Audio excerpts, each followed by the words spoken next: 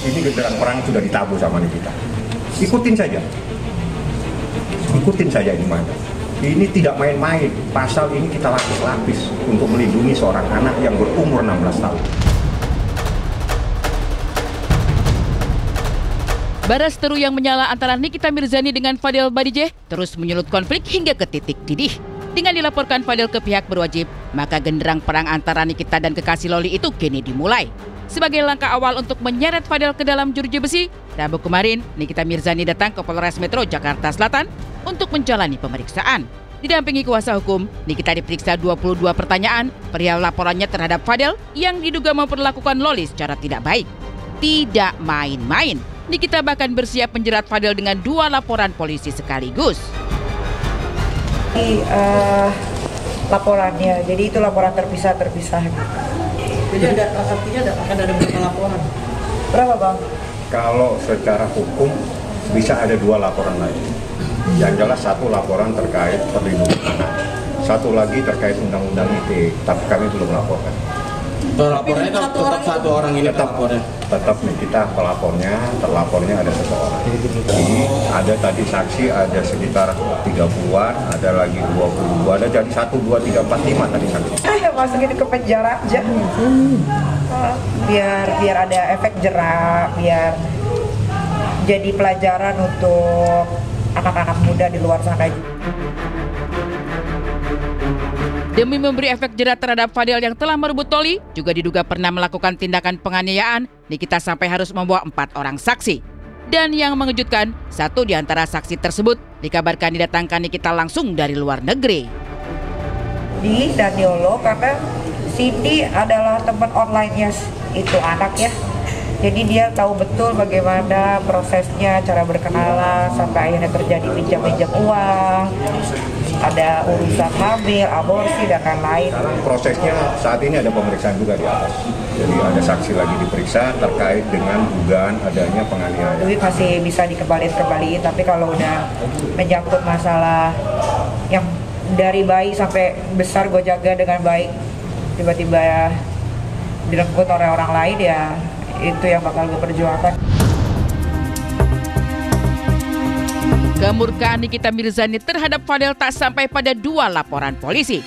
Di balik laporan tersebut, Nikita pun mensertakan pasal Undang-Undang Kesehatan, Undang-Undang Perlindungan Anak, dan KUHP yang ancaman hukuman maksimal 15 tahun penjara.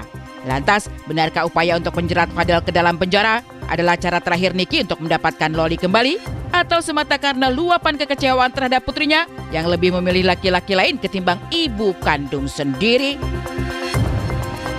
Setelah kami pelajari, ini ada dugaan tindak pidana kejahatan.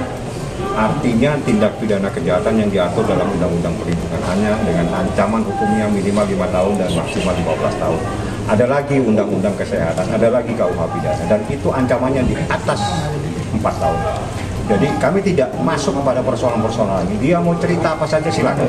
Yang jelas hukum itu tegak lurus. Tidak akan bisa lari kemana-mana. Saya kejar kamu di mana. Pasti kalau diminta ya pasti hadir. Kalau diminta pasti mendampingi. Nggak peduli itu nggak mungkin dari bisa hidup sampai umur 17 tahun, gimana sih? Nggak ngerti gue. Tak dipungkiri, memang luka hati Nikita Mirzani cukup dalam. Perih batin yang ditanggung atas perbuatan sang putri tercinta ternyata menorehkan pilu paling pedih. Sudah berbagai cara Niki gunakan untuk membawa Loli pulang ke rumah. Pun sudah berbagai sikap tegas Niki untuk menyadarkan Loli. Tapi sampai saat ini, Loli masih tetap memilih Fadel kekasih hatinya. Kendati demikian, besarnya cinta pada Loli tak berkurang. Namun entah mengapa, di luar sana, ia justru dicap ibu yang buruk. Ia dihina karena tega menelantarkan darah dagingnya sendiri. Di titik inilah, batin Nikita hancur sejadi-jadinya. Iya sakit hati, karena aku kan, menurut aku memang bukan ibu yang sempurna, tapi aku segimana bisanya aku untuk menjadi ibu yang baik gitu loh untuk anak-anak aku. Nggak ada lah orang yang sempurna. Tidak ada gitu ibu kan. yang sempurna juga. Dan aku juga tidak pernah menjadi seorang ibu sebelumnya. Nah aku masih belajar. Tapi dengan anak 3 ini aku sudah belajar bagaimana harus menjaga, merawat, mendidik gitu kan, menyekolahkan. Tiba-tiba ada yang bilang, oh sedikit-sedikit ngomong materi, sedikit-sedikit ngomong materi. Ah buktinya di luar sana banyak yang kekurangan materi, anaknya nggak sekolah. Niki, tadi Niki bilang dengan anak 3. Iya. Masih menganggap sebagai anak berarti ya? Ya kalau kalau menganggap masih sebagai anak ya, tetap pasti dong, nggak mungkin enggak lah ya. Tapi biarkan dia memilih apa yang sudah dia pilih. Tanggung jawab atas pilihan. Iya, karena itu yang pilihannya dia, bukan pilihannya aku. Selalu ada yang menusuk lebih dalam ketika seorang ibu jauh dari buah hatinya. Selalu ada yang terasa lebih menorehkan luka ketika anak yang dibesarkan dengan penuh cinta justru memilih orang lain. Derita seperti inilah yang dirasakan Nikita Mirzani kala membayangkan kembali bagaimana bangganya melahirkan Loli secara normal dengan penuh perjuangan. Kenangan ini pula yang membuat Nikita menangis sejadi-jadinya. Gue itu lahir normal, itu Loli. Jadi kalau gue ingat-ingat tuh sakitnya tuh berasa gitu sampai sekarang. Andai kita bisa masuk ke dalam hati Nikita dan merasakan getar sesungguhnya di dalam sana, mungkinkah di dasar hati Nikita hanya ada rindu? Begitu banyak momen yang sudah dilewatkan bersama Loli dari kecil sampai 17 tahun. Salah satu momen yang masih membekas diingatan ialah momen ketika Niki begitu bangga melihat Loli menorehkan prestasi di olahraga memanah. Di titik itulah Nikita tertawa bangga melepas semua rasa girang di hati. Target 17A Halisa Nazarin dari PUSM melawan target 17B atas nama Aura Mega.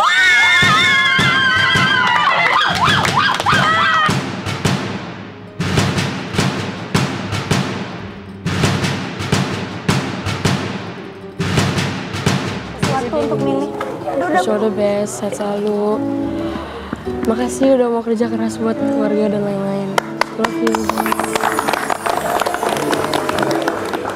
Niki masih doain Loli nggak sih? Sampai detik ini tadi pagi bangun sholat subuh pun masih kudoakan. Apa doanya? Kalau dibilang aku hancur. Aku nggak besarin dia. Aku rawat, aku didik, aku kekang. Kenapa? Dia perempuan. Harus dijaga mahkotanya. Sampai aku tahu 2 bulan yang lalu terjadi sesuatu yang besar di dia. Aku nggak bisa makan.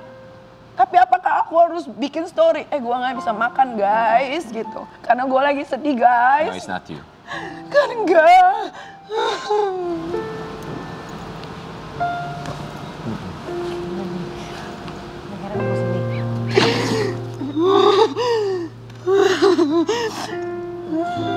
Kakak tahu lah, semua kakak tahu kan aku berjuang kayak apa.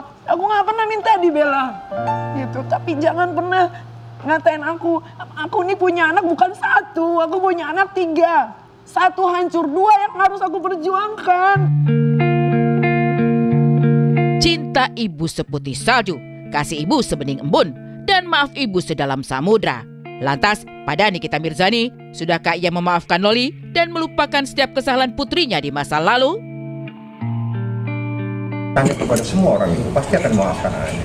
Apapun yang dilakukan oleh anak, pasti akan dimaafkan. Tapi persoalan hukum adalah persoalan tersendiri. Siapapun yang terlibat pasti akan berurusan dengan kita.